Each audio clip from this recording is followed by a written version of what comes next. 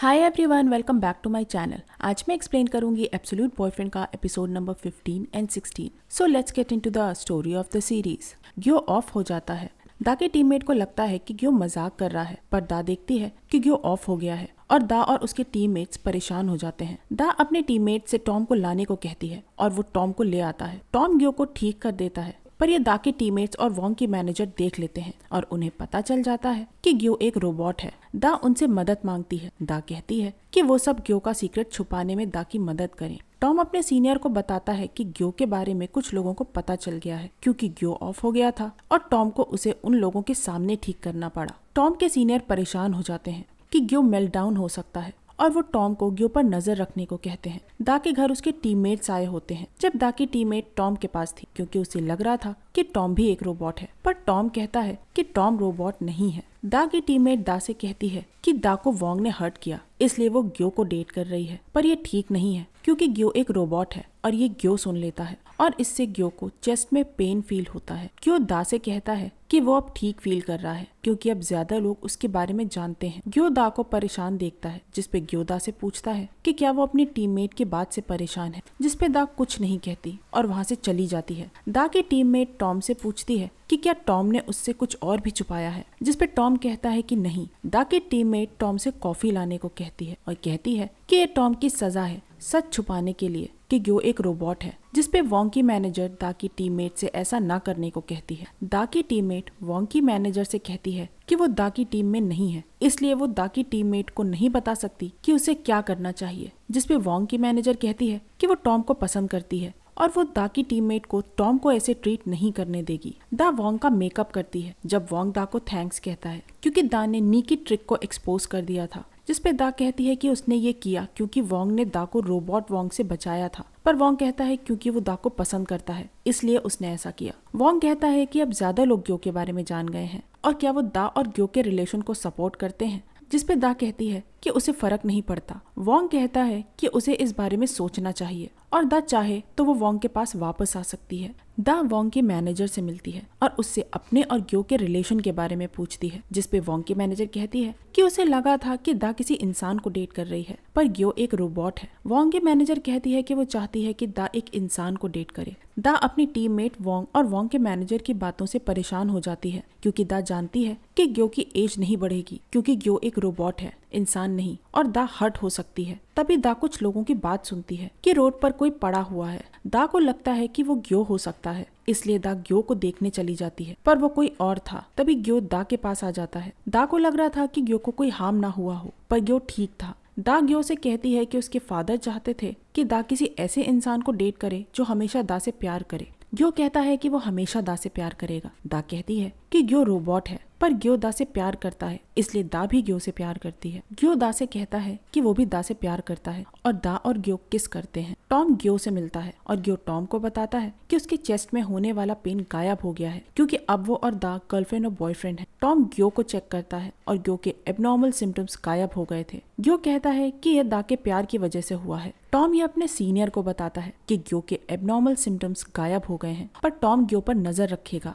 दा और ग्यो शूटिंग पर चले जाते हैं। जब दा ग्यो से कहती है कि शूटिंग के बाद वो दोनों डेट पर जाएंगे, ग्यो खुश हो जाता है। वोंग दा और ग्यो को देख लेता है। शूटिंग खत्म होने के बाद दा की टीममेट शूटिंग के लिए दा की हेल्प करने को कहती है, पर दा कहती है कि उसका कुछ और प्लान है। दा ग्यो के साथ डेट पर जा रही थी, पर यह सुनकर दा की टीममेट नाराज हो जाती है और वो दा को ग्यो के साथ डेट पर जाने से मना करती है और ये ग्यो सुन लेता है, पर दा ग्यो के साथ डेट पर चली जाती है और ग्यो खुश था। वोंग की मैनेजर वोंग को बताती है कि उसे शूट पर बाहर जाना है। वोंग देखता है कि उसकी मैनेजर अच्छे से ड्रेस हुई थी। वोंग पूछता है कि क्या वोंग के मैनेजर किसी के लिए ड्रेस हुई है। वोंग कहता है कि वोंग के मैनेजर ये सब ना करे वरना उसका भी दिल टूट जाएगा, जैसे वोंग के साथ हुआ है। वोंग और बाकी टीम बाहर शूट पे चले जाते हैं और शूटिंग स्टार्ट होती है। वोंग को कुछ लोगों से लड़ना था और शूटिंग खत्म हो जाती है। वोंग देखता है कि दा ग्यो को प्रेज कर रही है उसके अच्छे काम के लिए, क्योंकि वोंग शूटिंग के दौरान जिससे लड़ रहा था उनमें से एक ग्यो भी था। शूटिंग के बाद वोंग और बाकी टीम वहां रुक जाती है और वोंग एक घर ले लेता है जहां वो और दा की टीम रह सके। दा की टीममेट सबसे घूमने चलने को कहती है, पर वो वोंग और दा को वहीं छोड़ जाती है क्योंकि दा की टीममेट चाहती थी कि दा ग्यो को छोड़कर वोंग को डेट करने लगे। वोंग और दा साथ थे जब वोंग कहता है कि क्या वो एक बार फिर से साथ नहीं आ सकते, जिसपे दा कुछ नहीं कहती। दा के टीममेट्स वापस आना चाहते थे,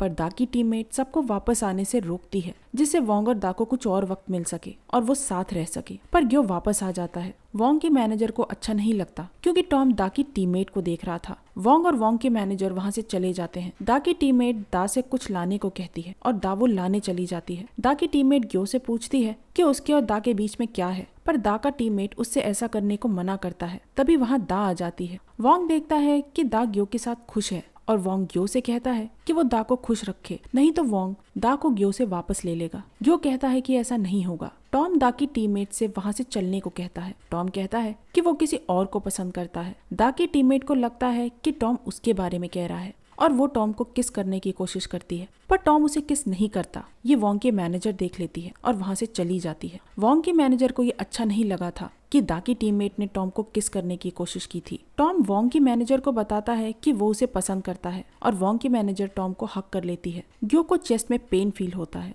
और वो नीज पर गिर जाता है। टॉम के सीनियर को ग्यो की रिपोर्ट्स मिलती हैं, जिन्हें देखकर टॉम के सीनियर शॉक हो जाते हैं। वो टॉम से बात करने की कोशिश करते हैं, पर टॉम के सीनियर टॉम से बात नहीं कर पाते। टॉम वोंग के मैनेजर के साथ था जब वो देखता है कि टॉम के सीनियर उससे बात करना चाहते हैं और टॉम अपनी कंपनी आ जाता है, जहां टॉम के सीनियर उसे बताते हैं कि उन्हें ग्यो को रोकना होगा क्योंकि ग्यो एक रोबोट है और एक रोबोट इमोशंस के साथ ज्यादा खतरनाक होगा। टॉम ग्यो के बारे में पूछता है, जिसपे टॉम के सीनियर कहते हैं कि जितने ग्यो में इमोशंस आते जाएंगे ग्यो उतना ही कमजोर होता जाएगा और वो मेल्ट हो जाएगा। और ये टॉम का कलीग सुन लेता है। दा टॉम को बुला लेती है और टॉम और उसके सीनियर दा के घर चले जाते हैं। टॉम ग्यो को एग्जामिन करता है। वो दा को बताता है कि ग्यो का सिस्टम उसके चेंजेस हैंडल नहीं कर पा रहा है और ग्यो मेल्ट हो सकता है। तभी ग्यो खुद ठीक हो जाता है। टॉम और दा ग्यो को रेस्ट करने को कहते हैं। टॉम ग्यो से कहता है कि वो ग्यो को फिक्स कर देगा और ग्यो रेस्ट करता है और ग्यो चला जाता है। दा रोने लगती है क्योंकि उसे पता था कि ग्यो में इमोशंस उसकी वजह से डेवलप हो रहे हैं और उसे लगा था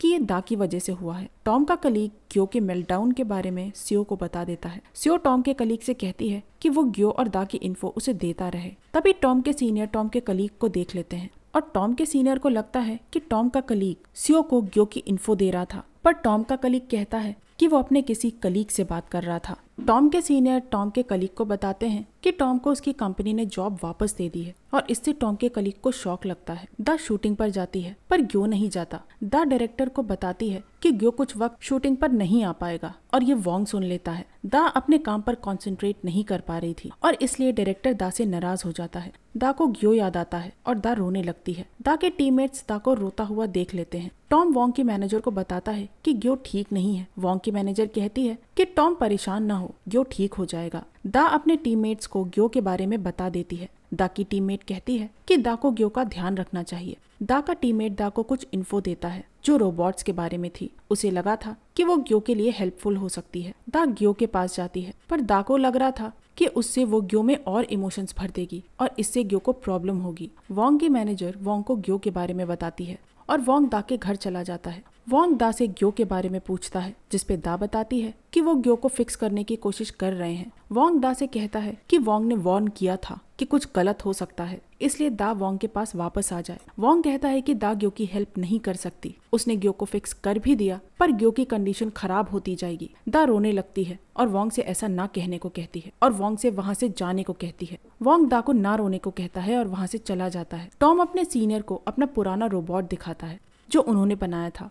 वो भी मेल्ट होने को था, पर उसकी बॉडी में एक पार्ट लगा था जिससे उसमें वो प्रॉब्लम नहीं होती जो ग्यो में हो रही है। टॉम के सीनियर कहते हैं कि वो पार्ट हेड ऑफिस के पास है और टॉम के सीनियर हेड ऑफिस से वो पार्ट मंगवाते हैं। टॉम और उसके सीनियर दा को उस कंपोनेंट के बारे में बताते हैं जिससे वो ग्यो को मेल्टडाउन होने से रोक सकते हैं। टॉम और उसके सीनियर दा को ये बताने जाते हैं कि वो ग्यो को ठीक कर सकते हैं। टॉम के सीनियर ने हेड ऑफिस को रिक्वेस्ट भेजी थी उस पार्ट के लिए, पर हेड ऑफिस वो पार्ट देने से मना कर देता है क्योंकि उनके पास एक ही पार्ट था और वो पार्ट ग्यो में नहीं लगाना चाहते थे क्योंकि ग्यो में ऑलरेडी प्रॉब्लम्स थी। इससे टॉम और टॉम के सीनियर परेशान हो जाते हैं। पर तभी वोंग कहता है कि टॉम के सीनियर वोंग की जगह हेड ऑफिस से वो पार्ट देने को कहें, क्योंकि हेड ऑफिस ने वोंग से पूछे बिना उसका फेस उस रोबोट को दिया था जो सीओ के पास था, जिसके कॉम्पनसेशन के रूप में उन्हें वो पार्ट देना होगा। और टॉम के सीनियर ये हेड ऑफिस को भेज देते हैं और उनकी रिक्वेस्ट अप्रूव हो जाती है। दा वोंग को थैंक्स कहती है क्योंकि वोंग ने उसकी हेल्प की थी। ये टॉम का कलीग सुन लेता है और सीओ को बता देता है। सीओ टॉम के कलीग से उस पार्ट को लाने को कहती है, पर टॉम का कलीग मना कर देता है क्योंकि इससे उसकी जॉब जा सकती थी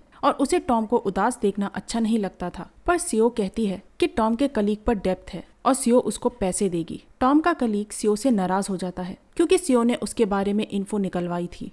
वो पार्ट आ जाता है और टॉम के सीनियर एक आदमी को वो लेने भेजते हैं, पर तभी टॉम का कलीग वहां आ जाता है और उस आदमी से कहता है कि टॉम के सीनियर ने उसे वो पार्ट लाने को भेजा है, क्योंकि टॉम का कलीग टॉम के सीनियर के साथ काम करता था और वो पार्ट टॉम के कलीग को दे देता है। पर टॉम के सीनियर टॉम के कलीग को देख लेते हैं, पर टॉम का कलीग भाग जाता है और वो पार्ट वो सीओ के पास ले जाता है। टॉम के सीनियर ये टॉम और दा को बता देते हैं। दा सीओ के पास जाती है वो पार्ट लेने। दा कहती है कि सीओ दा से बदला ले पर वो पार्ट दे दे क्योंकि ग्यो को उसकी जरूरत है, पर सीओ वो पार्ट तोड़ देती है। तभी वहाँ टॉम और उसके सीनियर आ जाते हैं। टॉम उन पार्ट्स को लेने लगता है जिससे वो उन पार्ट्स को जोड़ सके, पर टॉम और उसके सीनियर को वहां से भगा दिया जाता है। टॉम का कलीग सीओ से अपने पैसे लेने आता है क्योंकि टॉम के कलीग को उसकी जरूरत थी, पर सीओ वो पैसे देने से मना कर देती है और टॉम का कलीग कहता है कि सीओ को उसका पनिशमेंट मिलेगा। ग्यो टॉम की कंपनी में था जब ग्यो को उसके फेस पर आंसू दिखता है और वो टॉम के ऑफिस से चला जाता है। तभी टॉम को पता चलता है कि ग्यो चला गया है। दा अपने घर जाती है और देखती है कि ग्यो वहाँ था।